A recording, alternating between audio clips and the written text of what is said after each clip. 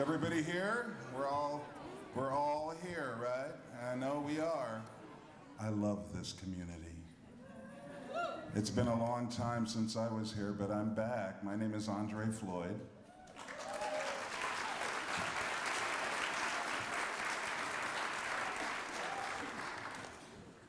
I may owe some of you money, but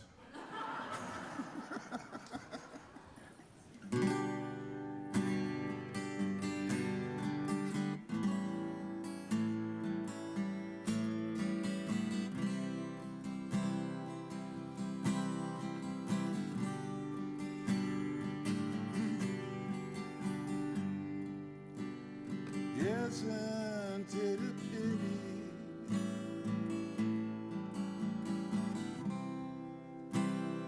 isn't it a shame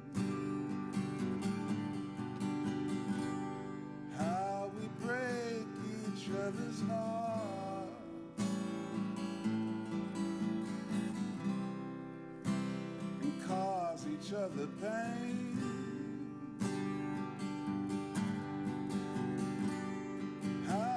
Take each other's love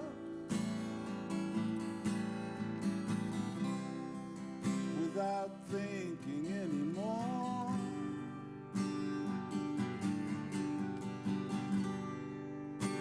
Forgetting to give back. Now isn't it a pity?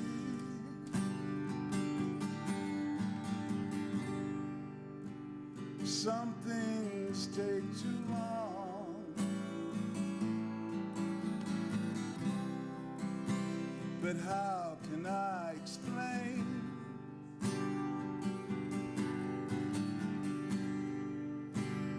Far too many people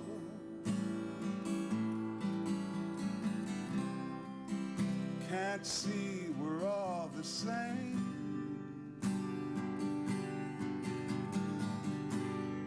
And because of all their tears,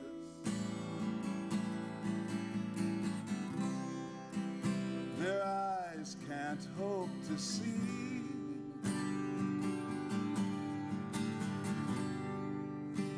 the beauty that surrounds us. Now, isn't it a pity?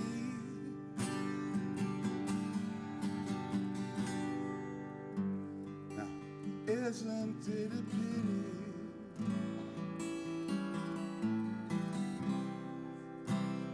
Isn't it a shame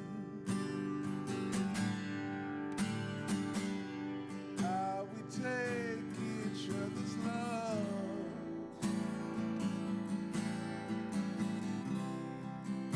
and cause each other pain?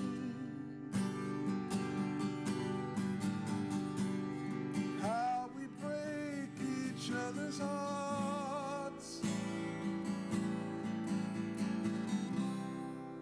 without thinking anymore.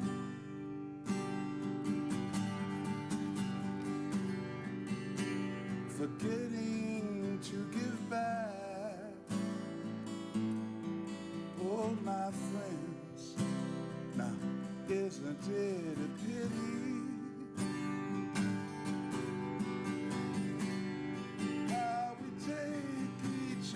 Love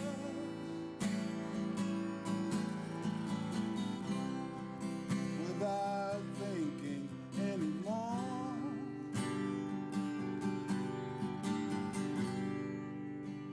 Forgetting to give back.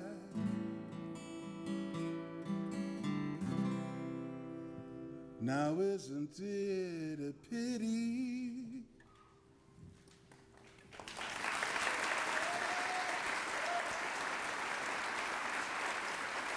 Welcome, everyone.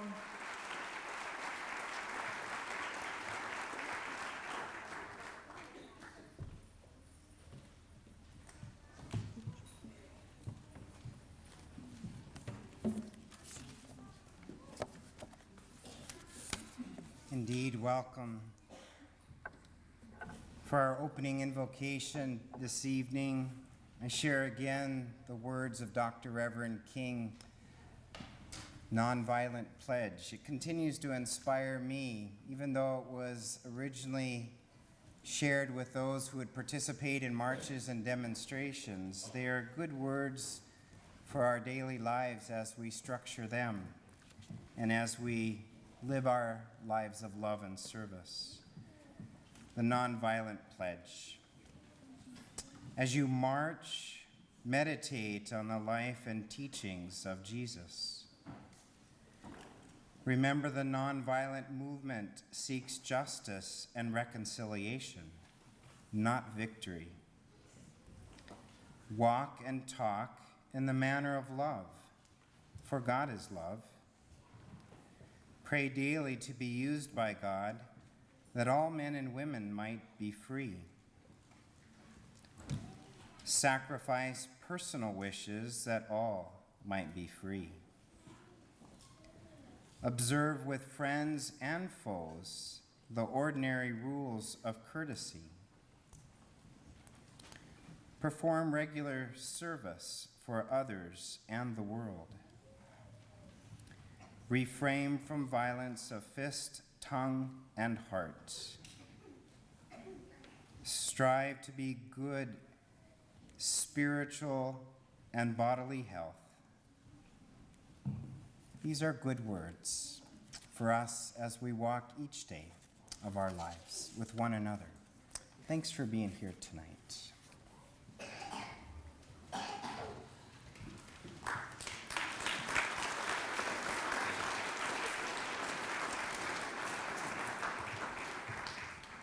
Good evening, everyone. Can everyone hear me in the back? Can you hear me in the back? Good. Could we give another round of applause for Pastor Flora and Andre?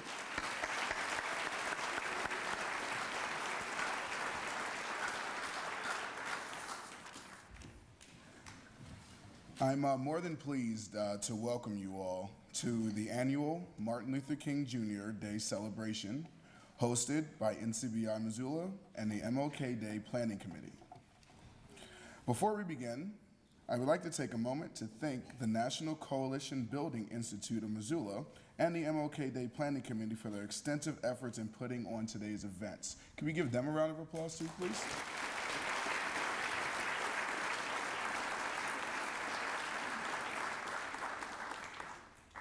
NCBI is a nonprofit organization whose mission is to create a more just and inclusive society by developing leaders who work to end mistreatment, correct systemic inequities, and strengthen community cohesion, and seeks to do so by hosting school programs, trainings with businesses and organizations. And this evening, as we observe this day reflecting and respecting the life, teachings, and work of Dr. King, I ask each and every one of you to reflect on this year's theme, which is moving forward. And I like interaction, so I'm going to ask a question. I'm looking for a very specific answer here, okay? I'll help you all along. So the word moving forward, what's a synonym for moving forward? The word starts with a P. Progress, exactly. Thank you. And progress is defined as a continued movement towards a goal or a destination.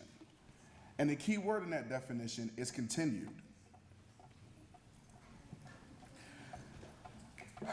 Progress, therefore, is an action, and it cannot exist in stagnation.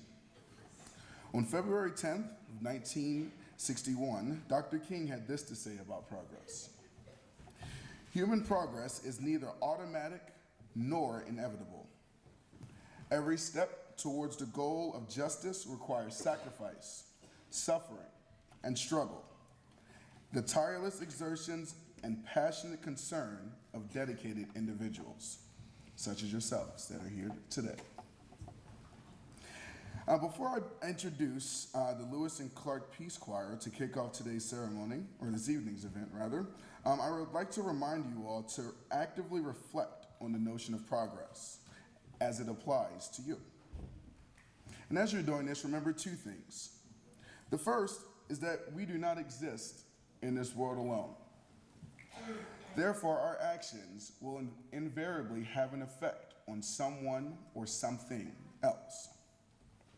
And second, we exist in 3 dimensions, or 4 for some scientists out here that are that know those sort of things. That's beyond my comprehension.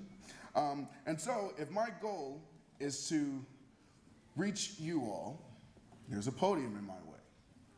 So even if I need to take a step to the side, as long as I'm still moving and actively trying to reach out to you all, even a step to the side, even a step back so I can take a step to the side, is a step towards progress. The Lewis and Clark Peace Choir is a multi-age, multi-grade activity that gives our students an additional opportunity to make music and perform. Through its inclusive nature, it provides a vehicle for students to expand their relationship web within the school. The repertoire of music empowers children to develop positive relationships, thinking strategies, and helps in their character building. It exposes the singers to national and international cultures of song and helps them to be global citizens. The Lewis and Clark Peace Choir was formed in 2007 and 2008 school year under the direction of Jane McAllister, Dorothy Morrison, and Kathy Dungan. Can we please give the Lewis and Clark Peace Choir?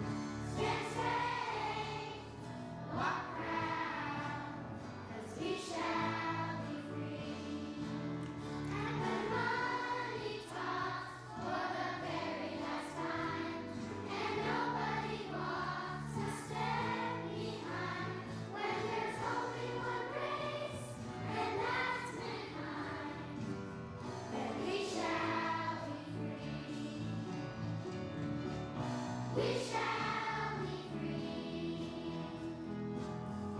We shall be free. Stand safe, walk proud, 'cause we shall be free. We shall be free. We shall be free. Stand straight,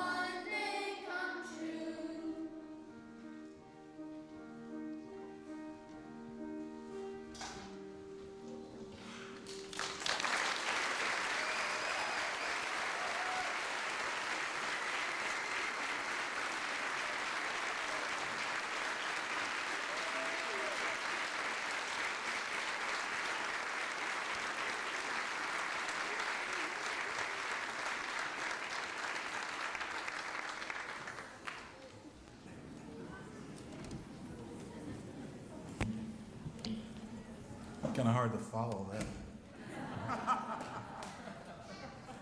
Wow. Guys, my name is Murray Pierce, and I'm a member of the... These things never work for me because I'm always leaning into them because they're never tall enough. Pastor Chris? Okay.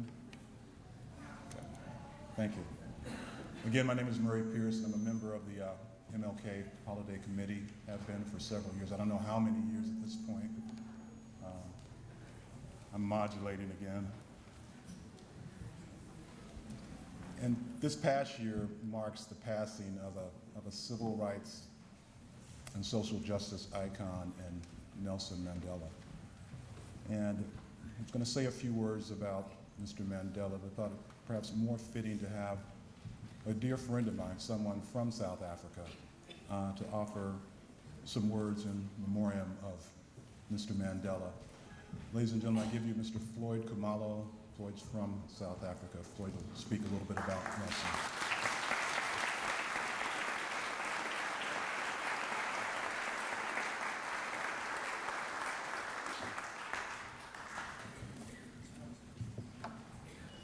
Good evening.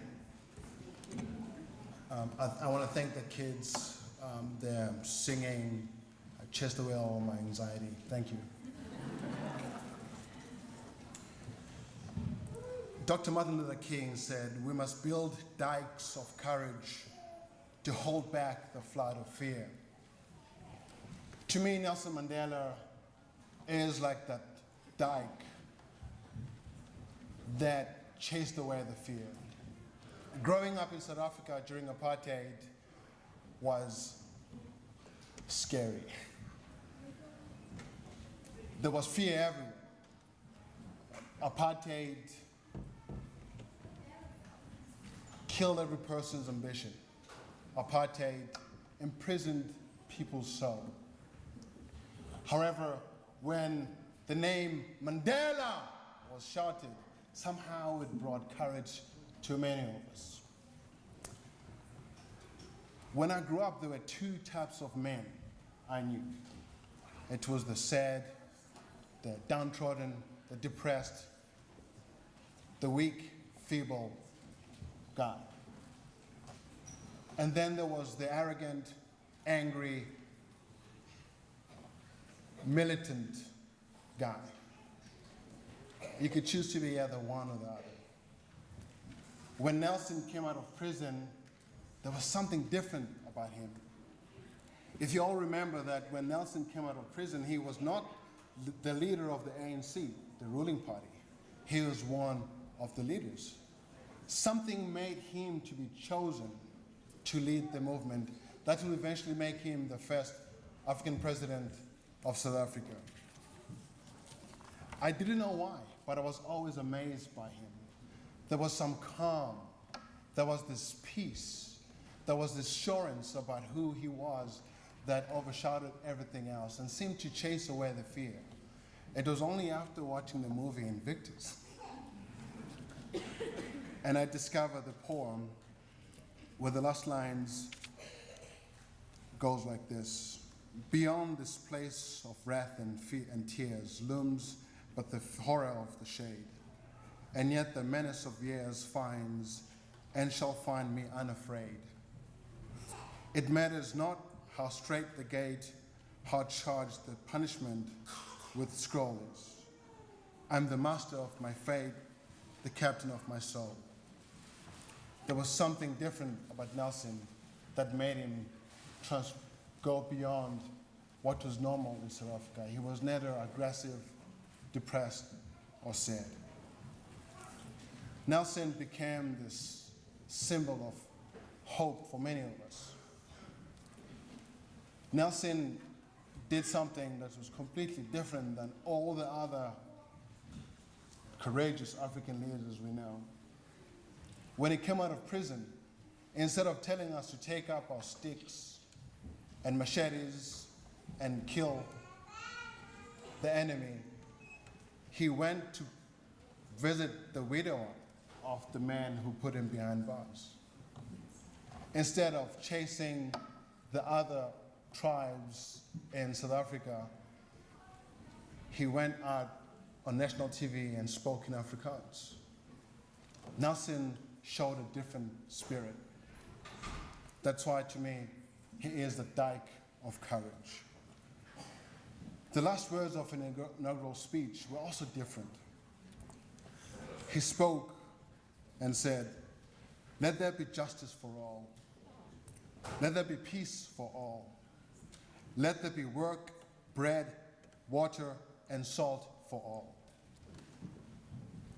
Let each know that for each, the body, the mind, and the soul has been freed to fulfill themselves." There's one thing that was amazing about the South African government. It was oppressive, it was brutal, but they always showed their "I have a dream" speech. That was amazing for us. However, for many of us South Africans, we only thought that that dream is only for Americans. It was not for us, because we didn't know how to dream. When Nelson came out of prison, and the last words of his speech, he made us realize that the dreaming is not for the sleeping. The dreaming is not for the faint-hearted. The dreaming is for the courageous. And in Zulu, there's a saying that indlela ibuzwa kwabaphambili. You can only ask directions from those who've walked the road before. And to me, Nelson Mandela rode the walk of courage. Dr. Martin Luther King showed us how to walk the walk of peace. And yet, we have no reason not to do that. So today, I say, let us walk forth and show the courage that this man showed. Let us not be little, let us not be afraid, let us not be angry, but let's choose the other road, the road chosen by Nelson and Dr. Martin Luther King. Thank you very much.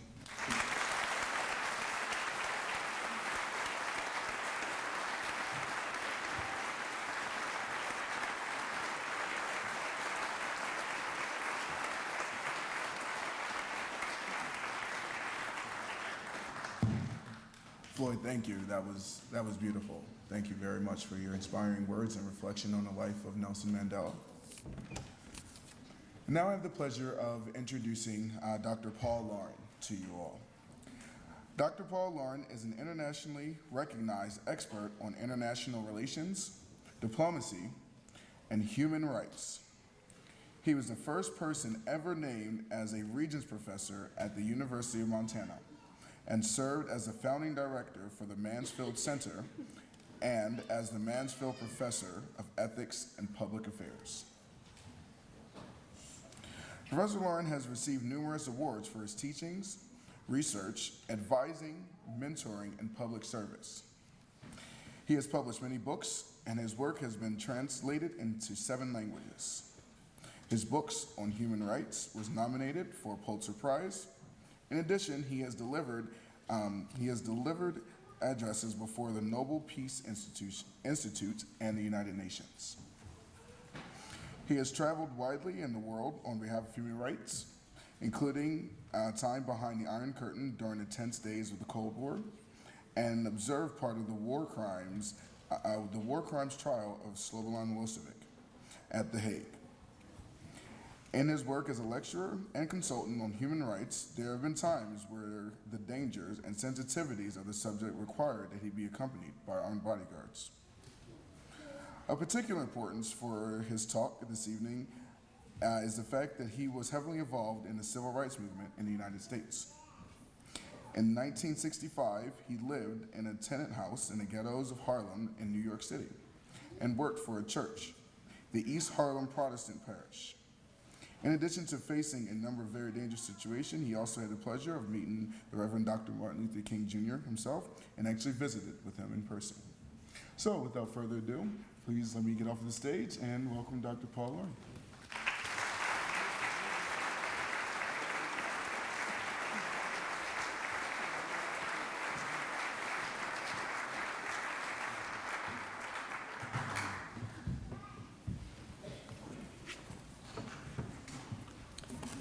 Thank you very much. I want to thank the committee for inviting me to come. It's an honor for me to be a part of honoring the legacy of King tonight. I also want to thank all of you for coming. It reminds me of why I love Missoula so much, and especially the fact that there are so many families here with younger kids. I also want to thank Pastor Chris and the St. Paul's Church, a church that has established, in my opinion, an extraordinary track record of taking a vision of faith and making it real in practice.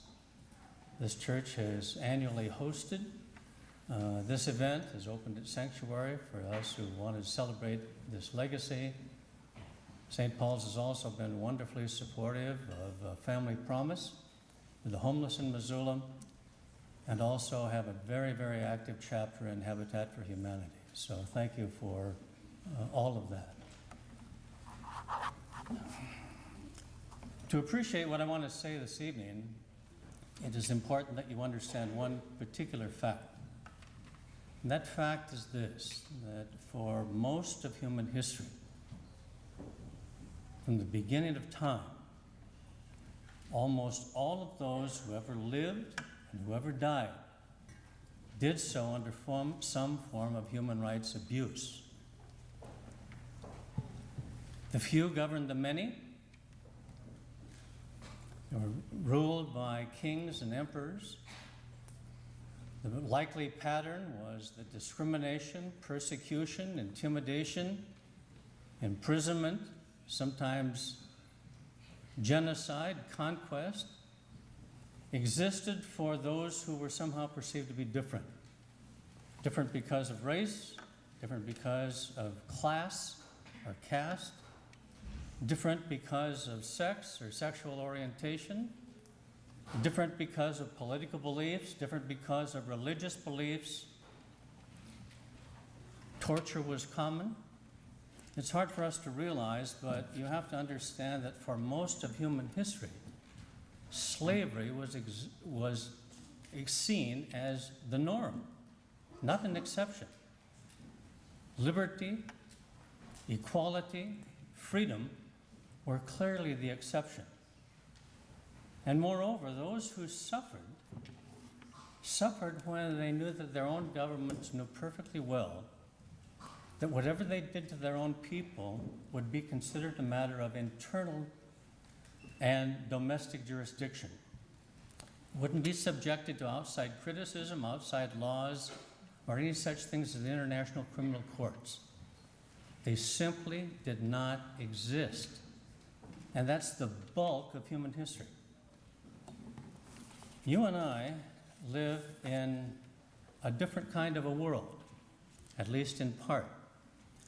The statement was made in the very beginning about progress, and I'm glad that you used exactly that word, because I want to talk about progress. That is, despite the problems that do exist, and I don't want to minimize them for a moment, you and I have the blessings of living in a different kind of a world in many respects. Never before in human history has there been such a thing called a universal human rights. Never before in human history, right, have men and women had such opportunity to be protected by the rule of law, both at home and abroad. Never before in human history have democratic governments been the norm. Democratic governments today are the majority of governments in the world. That is unprecedented in human history. Never before in human history have women been given so many opportunities to vote, to be educated, to hold public office. I never thought that I would live to see the day when the Berlin Wall and the Iron Curtain fell, but it did. I never thought I'd live to see the day when Nelson Mandela was released from prison, alive, let alone being elected president of his country. I never thought I'd live to see the day when Aung San Suu Kyi was released from house arrest in Burma, but she did. If someone had told me when I was living and working in Harlem in 1965 that an African American would be elected President of the United States of America, not once but twice, I would have said, I just simply don't believe it'll ever happen, as much as I may want it to. So how do you explain this progress? And how do you explain these differences between most of human history and the world that we currently exist? The answer is visions. Visions about what might be. And that's what I want to talk about tonight. The power of visions. Visions, or dreams,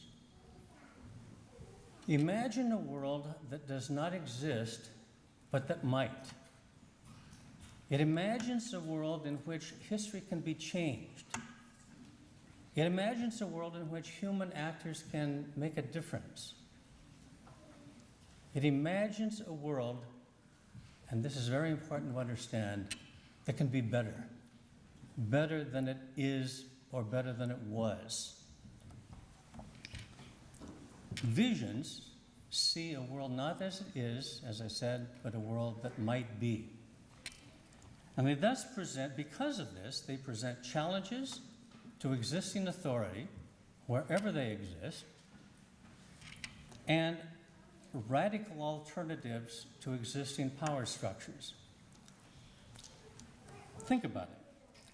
Someone would have had to have said in human history the following: I don't care what we've done for centuries of time, but I don't believe that kings rule by divine right. I believe that leaders ought to be elected. Someone would have had to say, I don't care what we've done for centuries, but I don't believe that inequality is inevitable. I have a vision that says all men are created equal and are endowed by their Creator with certain inalienable rights, including life, liberty, and the pursuit of happiness. Someone would have had to have said, I don't care what we've done for centuries of time, but I don't believe that women are inferior to men. And I have a vision that they ought to be treated equally and be given exactly the same kind of rights as all men.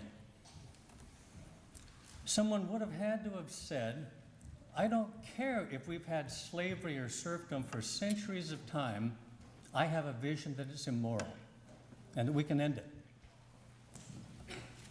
Someone would have to have said, I don't care what we've done for centuries of time, but the inequities of power and wealth are immoral. We don't have to live with them, and I have a vision of social and economic justice. Someone would have had to have had a vision in South Africa and elsewhere that apartheid was wrong, and a vision that it could be overthrown by peaceful means, and that racial justice could exist in South Africa. It had to be the power of a vision. And then there's the vision that we celebrate tonight, a vision of racial equality, of freedom, and of justice. It is important on an occasion like this to review this speech in all of its dimensions and clearly have it speak to us. The setting is 1963. Martin Luther King is standing in front of the Lincoln Memorial looking out upon thousands and thousands and thousands of people who are hanging on his every word. He's surrounded by friends behind him, people who have been with him through jail and through all kinds of hard times. One of the people not very close to him happens to be the world's greatest gospel singer, Mahalia Jackson. And they're waiting for him to speak. And this is what he says.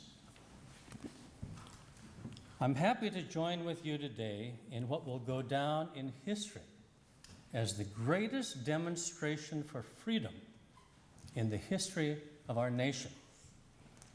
50 years ago, a great American in whose symbolic shadow we stand today signed the Emancipation Proclamation. This momentous decree came about as a great beacon of light and hope to millions of Negro slaves who had been seared in the flames of withering injustice. It came as a joyous daybreak to end the long night of their captivity.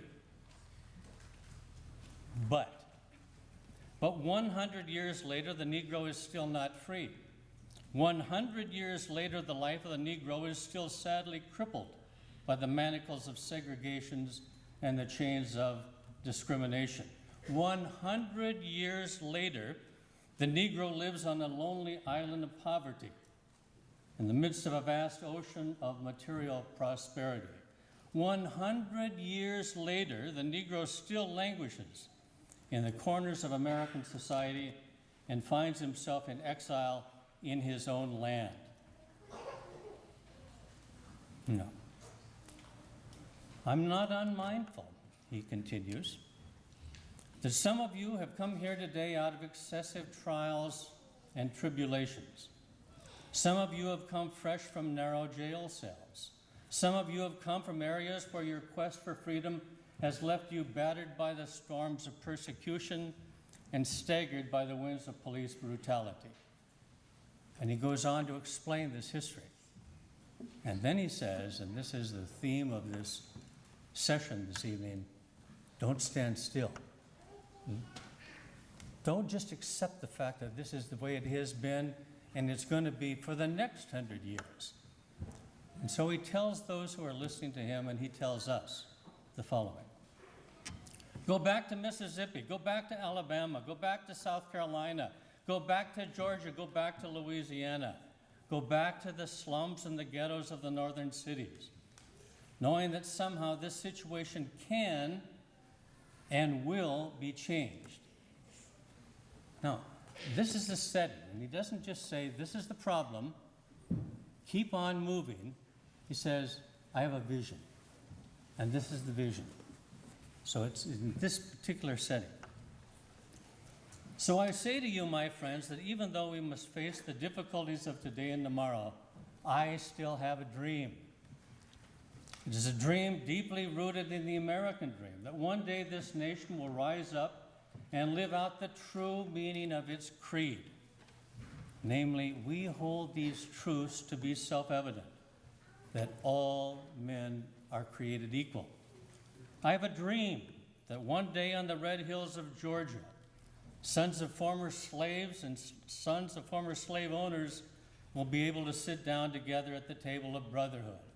I have a dream that one day, even the state of Mississippi, a state sweltering with the heat of injustice, sweltering in the heat of oppression, will be transformed into an oasis of freedom and justice. I have a dream that my 4 little children will one day live in a nation where they will be judged not by the color of their skin, but rather by the content of their character. I have a dream today.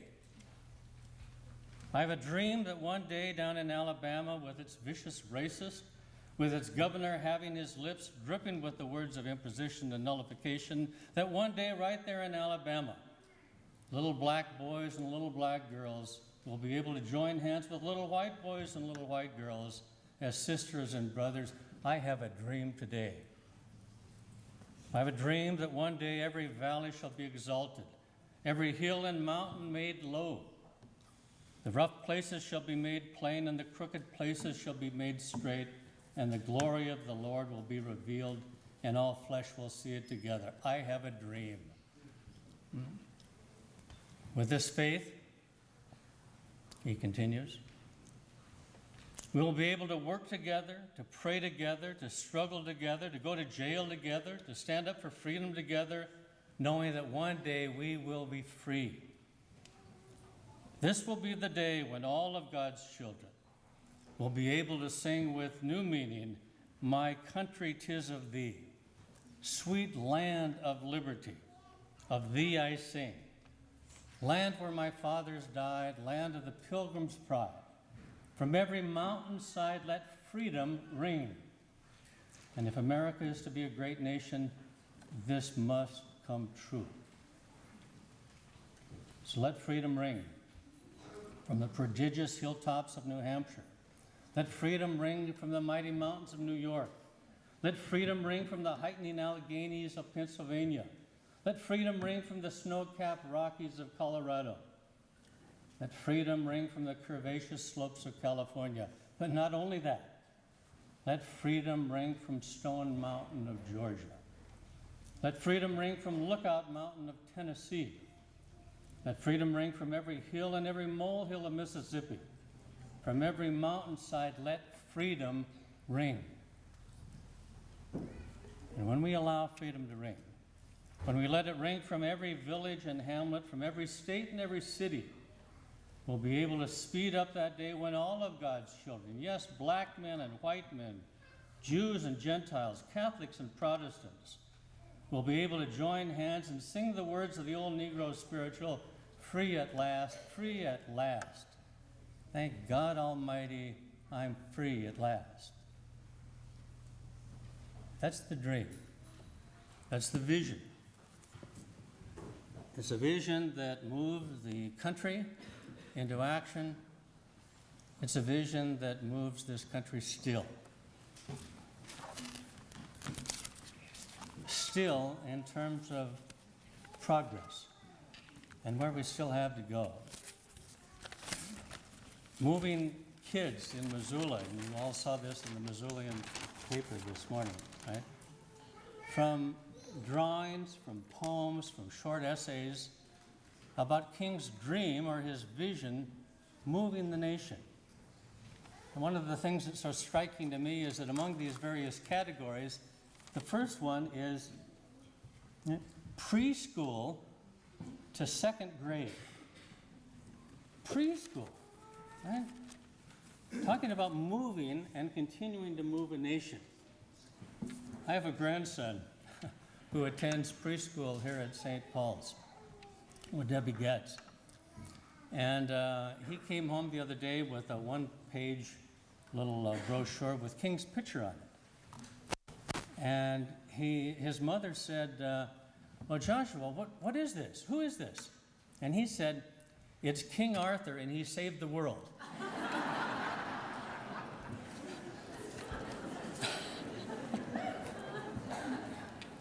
Well, we've got some education to do here, but he's on the right track, right? And the idea that a grandson of mine would be thinking about this in preschool is something that I could have never imagined a number of years ago. Now, I want to come back to the theme of power of visions. Visions like I have a dream, or the other visions I've discussed, have power.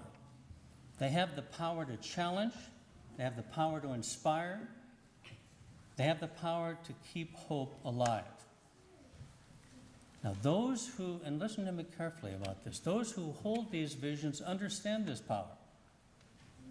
But it is important that you understand that those who oppose these visions understand this power as well. They understand the power to challenge.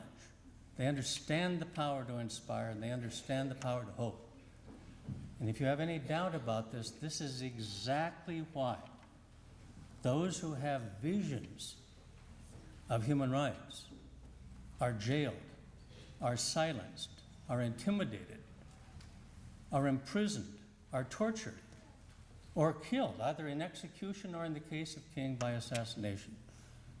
Visions have power. But perhaps the most important thing I could tell you this evening is this. Visions are essential, but they have power only if people give them power. They don't exist all by themselves. They have to have people of action who are going to take them and do something about them. Stated somewhat differently, words can be cheap. Ideas are great, but they don't implement themselves. For these visions to have power, they need people. People who care about others in need besides themselves. People who refuse to be intimidated. People who refuse to fall victim to despair or to cynicism. and people who insist on speaking out. And these people of action need two other qualities. One, they need to understand that success comes only if you avoid taking action. You cannot stand still. And that's the theme of the evening's presentation. If you cannot fly, run. If you cannot run, then walk. If you cannot walk, then crawl. But as King said, by all means, keep moving. Secondly, and not insignificantly, all people of action who want to bring about a vision have something else, must have something else as well, and that is they have to have hope. They have to have hope that they're going to make a difference. They have to have hope that in the face of injustice, racism, exploitation, oppression, slavery, torture, that they have one major conviction, and that conviction is this: in the end, it will be worth it. In the end, we shall overcome.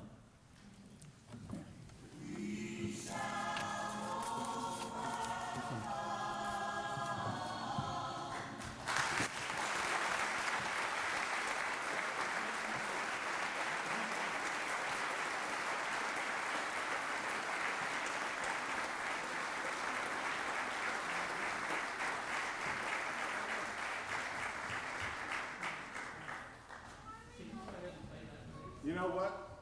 Let's turn off that music and let's do this live.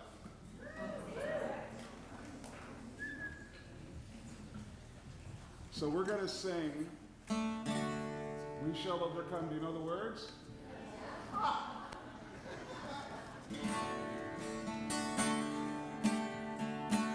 2, 3, 4. Whoa. Steps. Just keep moving.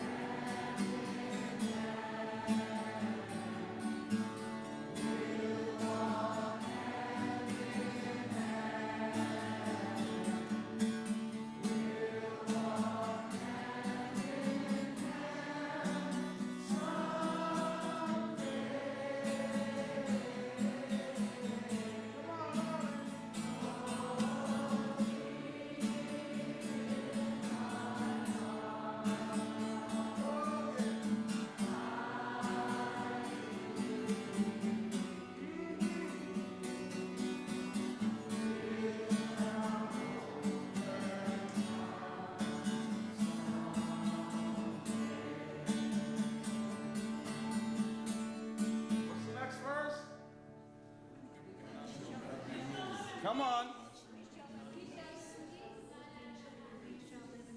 We shall live in peace. We shall live in peace.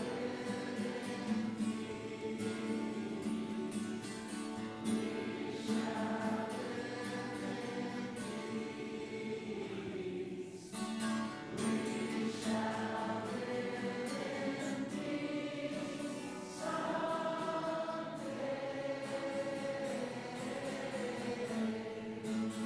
Oh,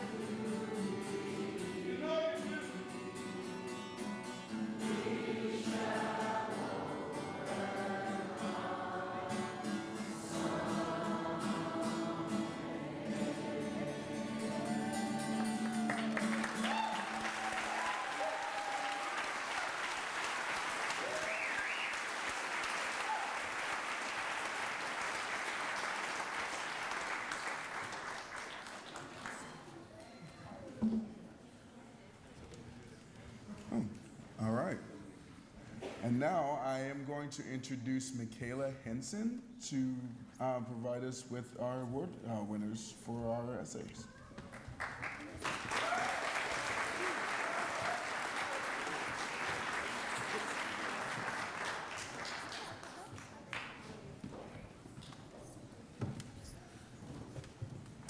My name is Michaela Hanson. I'm a sophomore at Sentinel High School. I got involved as a youth leader in middle school as a member of NCBI's after-school program, Respect Club. NCBI is a local area nonprofit that empowers individuals through leadership development to end mistreatment of all groups and create a safe, welcoming community. Then I joined their teen leadership board, Youth Advisory Council. I continued working with them and went to their summer camp, Train the Trainer camp, which provided me with the opportunity to co-lead, peer-lead violence prevention workshops in Missoula schools. I think youth leadership is important because in middle school I was bullied very badly, and with these skills it's helped me to end that within school, and it's just helped me to have the strength to get through hard times.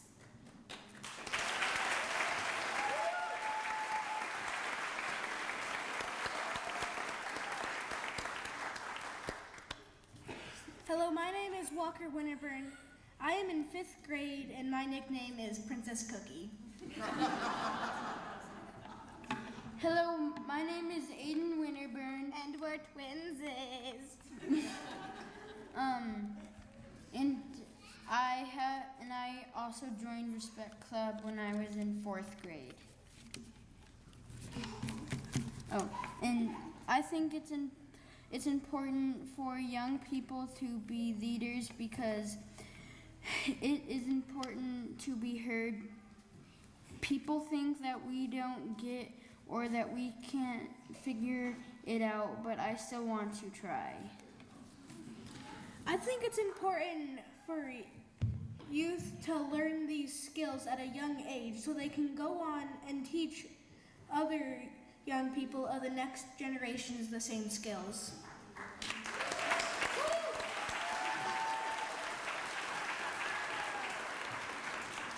Hi, I'm Lily Trotter, and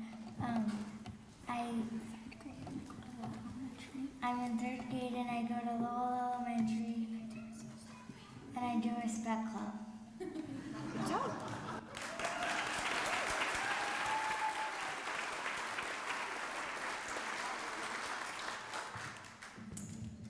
We have the great honor of presenting the awards for this year's Youth Art and Essay Contest.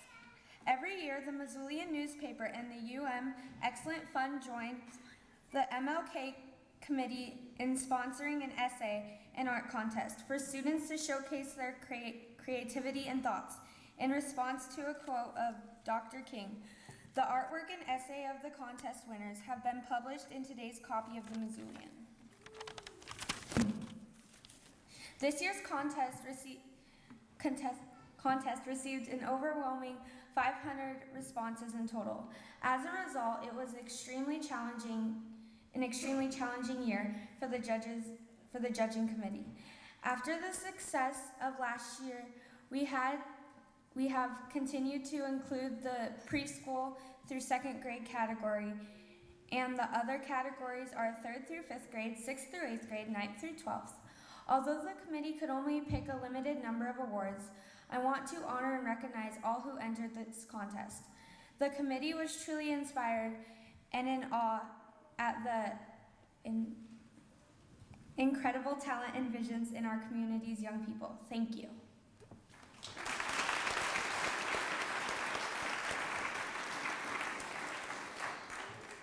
We will first announce the winners of the art portion of the contest, and I'd like for them to come up on stage to receive their awards. You will also be able to see the winning artwork projected to my right.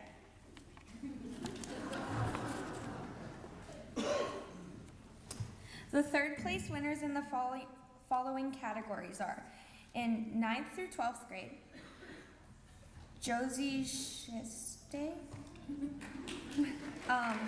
In 6th through 8th grade, Leah Samuels. In 3rd through 5th grade, Kennedy John Kuhn. In preschool through 2nd grade, Will Hansen.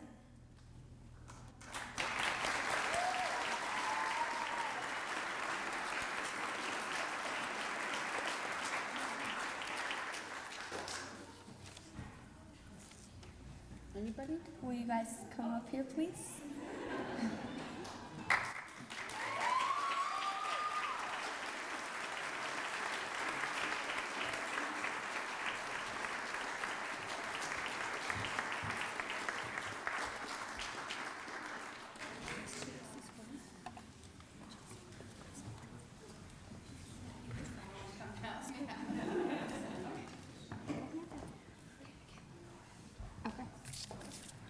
The second place winners in the following categories. The second place winners in the following categories are in 9th through 12th grade, Isla Sophie Gustina.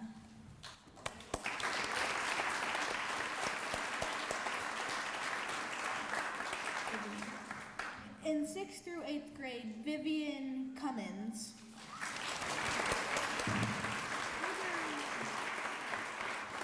In 3rd through 5th grade, Audrey Kurtz.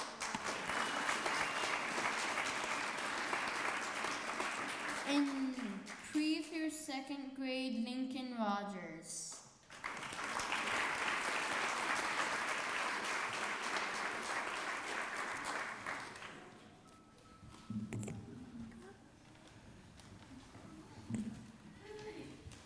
The first place winners in the following categories are in 9th through 12th grade.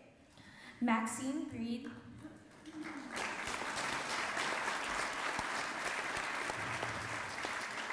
In 6th through 8th grade, Cregan McHood.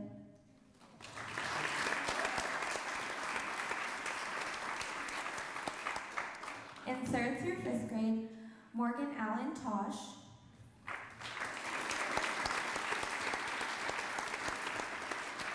In pre through 2nd grade, Lucy Reed.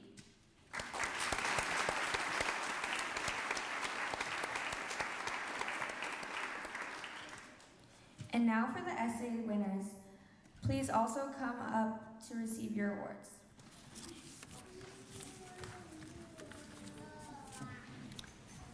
The third place winners in the following categories are in 9th through 12th grade, Spencer Chaffway Halley. In 6th through 8th grade, Natasha Slotnick. Yeah. In 3rd through 5th grade is Griffin Knitch. In pre through 2nd grade is Willis Dury. No, is Wilson Dury.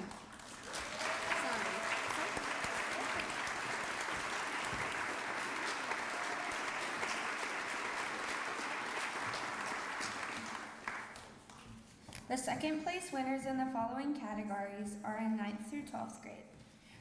Brianna Daniels. In 6th through 8th grade, Solange Holman. In 3rd through 5th grade, Camry Sherrill.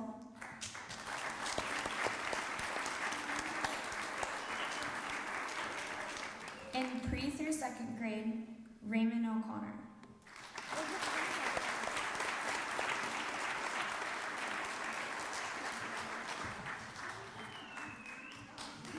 And now for the first place winners. Each winner for this category will be reading their essay for you all, and I'll be inviting you up one at a time. The first place winner in 9th through 12th grade is Frances Bede.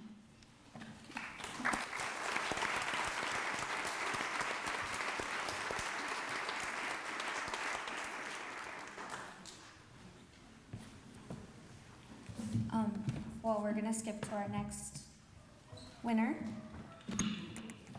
The first place winner in 6th through 8th grade is Zoe Wilson.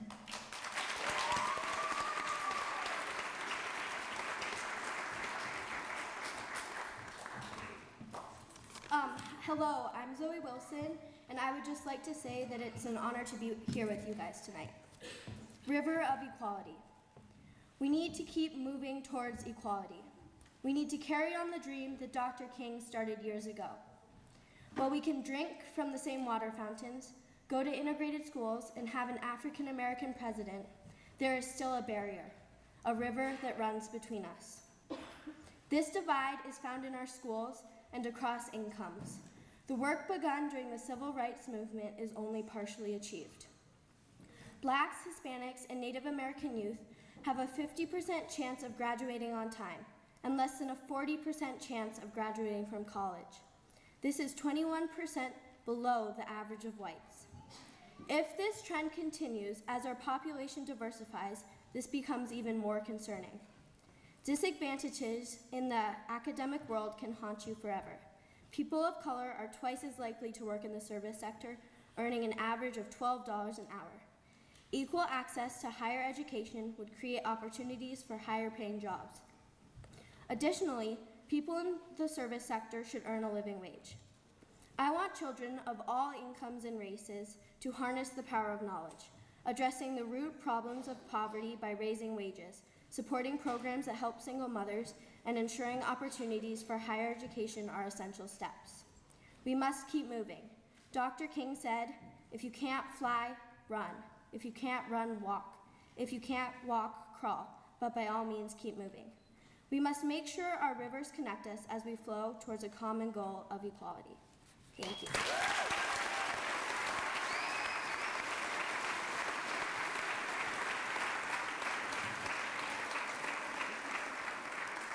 And the first place winners through 3rd through 5th grade is Sophie Beaton.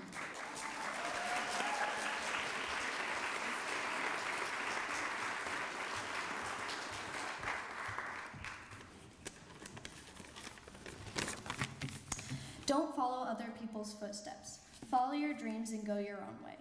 You don't have to be rich, smart, or have good looks. If you have a heart filled with imagination, you can do anything. Sure, I am different. So is everybody who stands on this planet called Earth. Your shoes may be glued to the ground, but untie your laces and you can do anything. The only thing that keeps people together besides glue is friendship, the stickiest glue.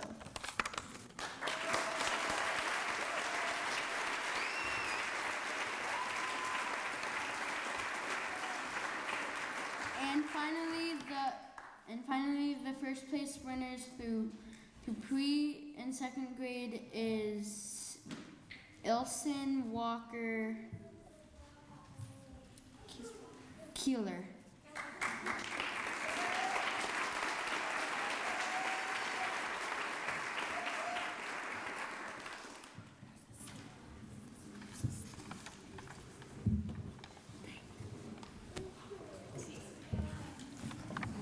Hello, I'm Ellis Walker Kelleher, and this is my poem inspired by Dr. Martin Luther King Jr.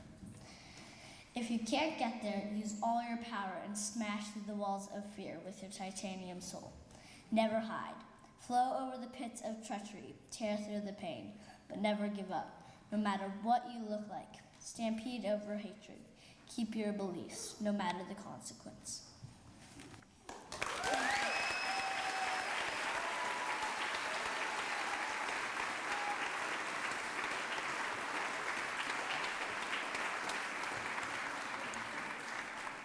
Congratulations to all the contest winners, and thank you for all those who participated.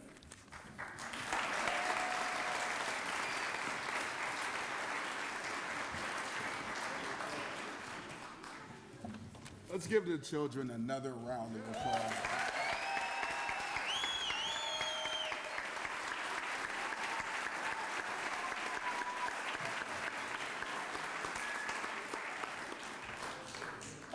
Just listening to this, it occurs to me, who was looking at the screen when we first came in through the slideshow by show of hands? Good. One of the things that occurred to me when Dr. Lauren was speaking, when he's talking about his grandson, and he brings home that brochure advocating Dr. Martin Luther King Jr. Just something that popped into my head as I was looking at the slideshow is what a difference progress makes. One of the slides in the show depicted children that were no older than some of our essay winners, with signs saying, you can look at me, think of the worst thing that you could probably call me. And they had children with those signs and depicting that. And that's 50, 55, 60 some odd years ago. And, you know, just how much progress has been made that we can go from an era to where someone can stand up here and look me in my eye and with all sorts of malice intended, or, you know, and just look me in my eye and call me a nigger to my face and not see anything wrong with it. And to now, if I say that, I'm probably shocked a few of you by saying that up here, but I have the microphone and I'm in charge and I get to say that kind of thing now. But seriously, but now we've evolved from there. We've moved forward from that, and we progressed, and we're combating that internalized hatred and racism and oppression that's begat by all that. So thank you again to Dr. Lauren for that. Thank you again to our essay and art contest winners, which, by the way, are phenomenal. I cannot draw as well as any of the preschoolers there. I am certain of that. And so as we conclude, on behalf of NCBI Missoula and the MLK Planning Day Committee, I thank you all for your support. And in turn, I would like to take this time to thank NCBI and the MLK Planning Day Committee for leading the charge and putting on today's day of recognition. So if you all don't mind, please, I would like to take a moment to thank and recognize the committee one by one. When I call your name, please either stand if you're able to, or wave so that you can be recognized. And I skipped ahead a little bit, so I lost where all the names are. Oh, there they are. First, there's Susie Badich, excuse me? Sorry, Badich.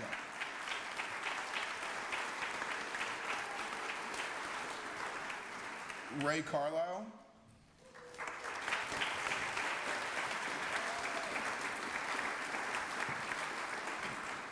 Debbie Florence.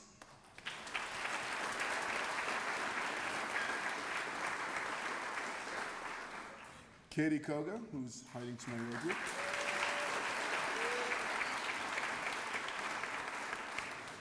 Susan Katina.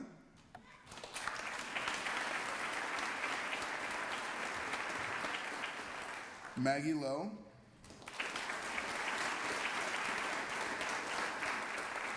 Ben Minks.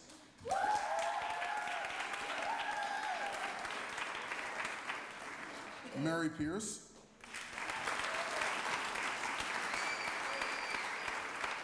And Casey Schilke.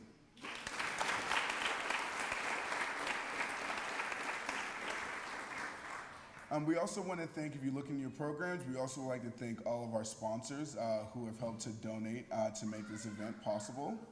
And also, last but not least, I would like to thank St. Lutheran's Church for allowing us to utilize the space.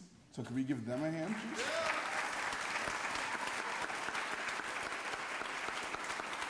And thank you, Pastor Chris Floor, for standing in the wings and helping with all of our sound. All right, and as we conclude, the ever-talented and ever-so-nimble Andre will come on up and play some songs for us as we close. There will be volunteers passing around the hat as he plays his music in conclusion. And please, if you can find it, to help donate to keep the event going for future planning, that would be very much appreciated. So now, bring you on. And thank you all very much for coming out. And also, please don't forget that downstairs we're going to have a community dinner.